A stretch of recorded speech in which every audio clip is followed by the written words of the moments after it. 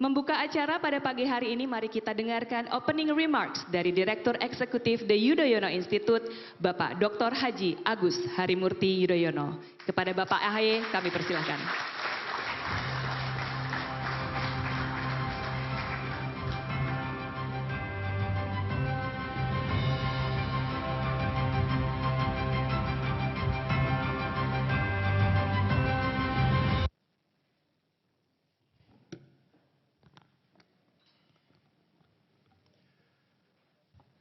Bismillahirrahmanirrahim. Assalamualaikum warahmatullahi wabarakatuh. Selamat pagi dan salam sejahtera untuk kita semua. Shalom, Om Swastiastu, Namo Buddhaya, salam kebajikan. May peace be upon us all. Yang sama-sama kita cintai dan muliakan, Profesor Dr. Jenderal TNI Purnawirawan Susilo Bambang Yudhoyono, Presiden Republik Indonesia ke-6 yang juga Chairman The Yudhoyono Institute. Kita doakan semoga beliau senantiasa diberikan kesehatan dan bisa terus menjadi mentor untuk kita semua dan selalu aktif berkontribusi dalam pemikiran untuk Indonesia dan dunia. Saya juga ingin mengucapkan terima kasih kepada para Menteri Kabinet Merah Putih hadir bersama kita, Menteri Pekerjaan Umum Bapak Dodi Hanggodo, Menteri Ekonomi Kreatif Bapak Teguh Rifki Harsha, dan Menteri Transmigrasi Bapak Muhammad Iftitah Sulaiman. Saya juga menyapa di sini banyak sekali tokoh senior, para pemimpin dan politisi, mantan menteri pada Kabinet Indonesia Bersatu. Tepuk tangan juga untuk Bapak Ibu yang telah hadir bersama-sama kita. Excellencies, Ambassadors, and Heads of Missions of friendly countries to the Republic of Indonesia. Terima kasih telah datang. Izinkan saya menyapa His Excellency Wang Lutong from China, His Excellency Sandip Chakravorty from India, His Excellency Roderick Brazier from Australia, His Excellency Dato' Syed Muhammad Hasrin Tunku Husin from Malaysia, His Excellency Kwok Fuk Seng from Singapore, His Excellency Roberto Colamin from Italy, His Excellency Roberto Sarmento de Oliveira Suarez from Timor-Leste, dan juga perwakilan yang hadir, apakah itu DCM maupun jabatan yang lain dari the Philippines, kemudian Kamboja, Jepang, Rusia, Korea Selatan, dan juga Uni Eropa. Tepuk tangan sekali lagi untuk para ambassadors, head of missions. Saya juga ingin secara khusus mengucapkan terima kasih dan penghargaan setinggi-tingginya kepada para panelis dan moderator yang berkenan menjadi bagian dari acara TYI hari ini. Yang pertama adalah Profesor Dr. Hairul Tanjung, Menko Perekonomian pada Kabinet Indonesia Bersatu yang juga adalah Chairman dari Citicorp. Ibu Mari Elka Pangestu, PhD, Menteri Perdagangan, Menteri Parekraf pada Kabinet Indonesia Bersatu yang saat ini menjabat sebagai Wakil Ketua Dewan Ekonomi Nasional. Bapak Hatip Basri, PhD, Menteri Keuangan pada Kabinet Indonesia Bersatu yang saat ini juga adalah anggota Dewan Ekonomi Nasional. Profesor Dr. Hermanto Siregar, Guru Besar Institut Pertanian Bogor dan juga Rektor Perbanas. Untuk sesi kedua nanti juga ada Bapak Armanata Kristiawan Nasir, Wakil Menteri Luar Negeri yang juga mantan Duta Besar Republik Indonesia untuk PBB. Dr. Dino Patijalal, mantan Duta Besar Republik Indonesia untuk Amerika Serikat dan juga Wakil Menteri Luar Negeri pada Kabinet Indonesia Bersatu. Dr. Rizal Sukma, Senior Fellow CSIS yang juga mantan Duta Besar Republik Indonesia untuk Inggris, Irlandia. Dan Bapak Osi Dermawan, MSc sebagai Wakil Menteri ATR BPN yang juga mantan perwira TNI, serta sebagai moderator ada ekonom senior Bapak Raden Pardede dan akademisi yang juga Direktur Postgraduate School of Diplomacy Paramadina University Bapak Ahmad Hoirul Umam. Tepuk tangan sekali lagi untuk para panelis dan moderator. Terima kasih, di sini ada Pak Hatta Rajasa, Pak Joko Suyanto, ini senior-senior kita, mantan-mantan menteri, koordinator. Kalau gitu kita satu klub, Pak, alhamdulillah. Dan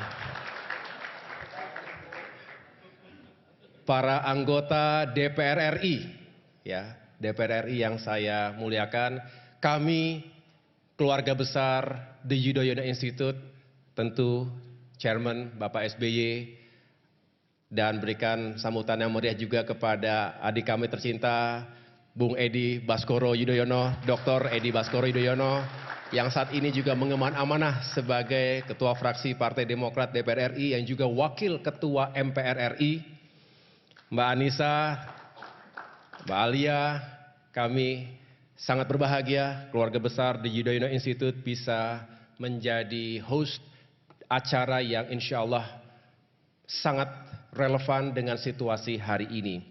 Para pejabat kementerian dan lembaga juga hadir, ini spesial banyak pejabat eselon 1, Sesmenko, para deputi dari Kemenko, Infrastruktur dan Pembangunan Kewilayahan, staf-staf khusus, termasuk jajaran Kementerian Ekonomi Kreatif, Kementerian PU dan Kementerian Transmigrasi, para pengurus Dewan Pimpinan Pusat Partai Demokrat, para sahabat, akademisi, peneliti, mahasiswa dari berbagai universitas dan lembaga riset, para pelaku dunia usaha dan rekan-rekan media, insan pers yang saya cintai dan banggakan. Kalau melihat di sini ada yang berseragam militer aktif, mereka adalah perwira yang saat ini sedang menempuh pendidikan sebagai siswa Sesko TNI dan juga Sesko Angkatan. Terima kasih teman-teman sudah datang. Ini bukan acara partai, ini acara TYI yang sekali lagi merupakan sebuah lembaga yang independen, non-partisan, dan kita berharap selalu bisa menghadirkan pemikiran-pemikiran terbaik untuk bisa kita kontribusikan untuk Indonesia juga dunia.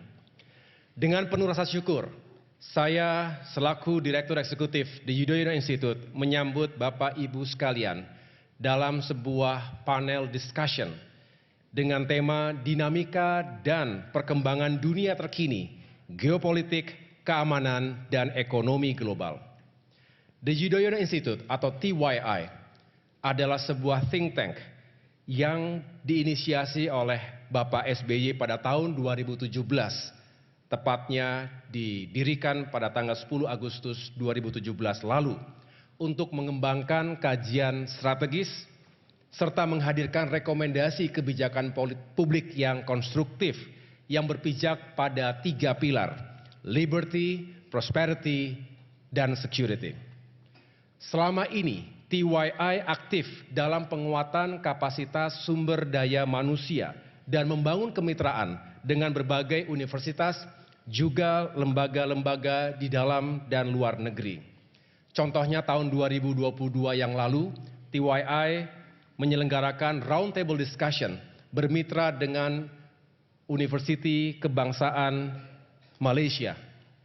Dan kemudian kami juga menjadi co-host bersama Club de Madrid, sebuah klub yang sangat terhormat, beranggotakan mantan-mantan pemimpin dunia, presiden atau perdana menteri, dan dalam forum Berlin Policy Dialogue di Jerman kita membicarakan berbagai isu terkait dengan perang Rusia-Ukraina ketika itu dan bagaimana dunia harus bangkit dari krisis pandemi. Lalu Bapak SBY juga berpartisipasi secara langsung dalam Tokyo Conference tahun 2025 ini di Jepang, dan insya Allah bulan depan kami juga akan menyelenggarakan rangkaian kegiatan bermitra dengan Stanford University untuk menyelenggarakan roundtable discussion di Yogyakarta yang di follow up dengan Southeast Asia Prosperity and Sustainability Summit di California.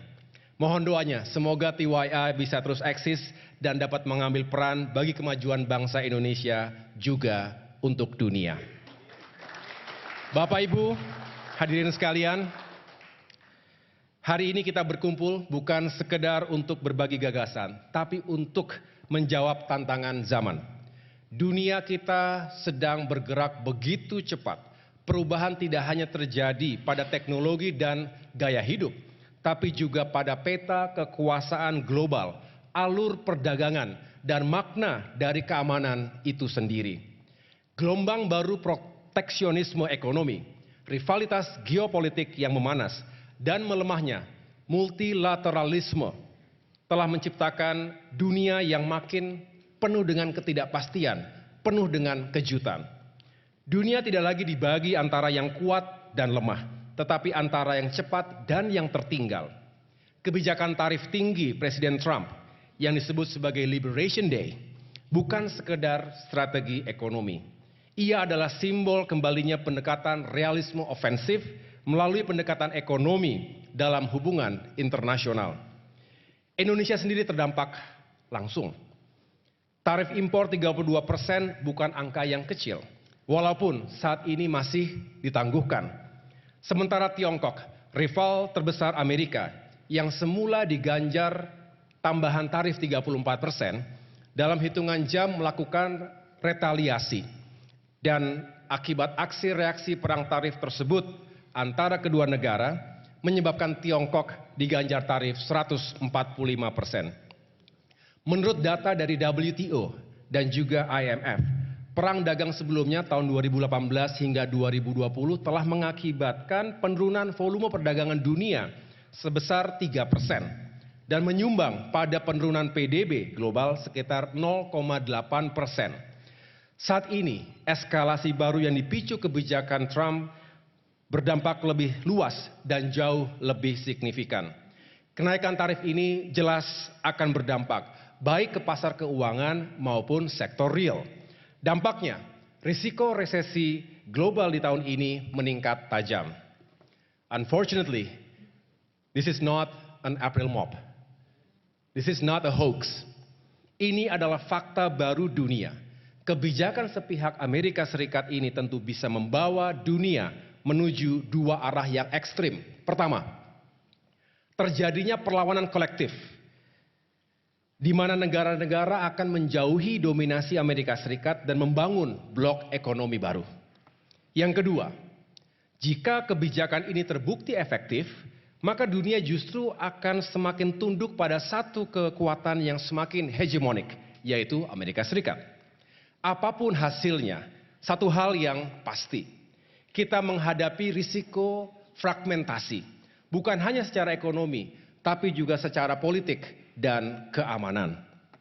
Aliansi baru akan terbentuk, polarisasi akan semakin tajam, konflik lama berpotensi membesar dengan negara-negara besar saling berebut pengaruh. Asia Pasifik, termasuk kita, akan menjadi panggung utama dinamika ini. Untuk itu, kami tentu kita semua mengapresiasi langkah Bapak Presiden Prabowo Subianto yang telah menjalankan dual track diplomacy. Pertama, mengirim tim negosiasi ke Washington DC. Yang kedua, sekaligus dengan itu membangun komunikasi dengan para pemimpin ASEAN dan juga para pemimpin dunia lainnya. Inilah wajah diplomasi strategis yang adaptif dan juga tanggap.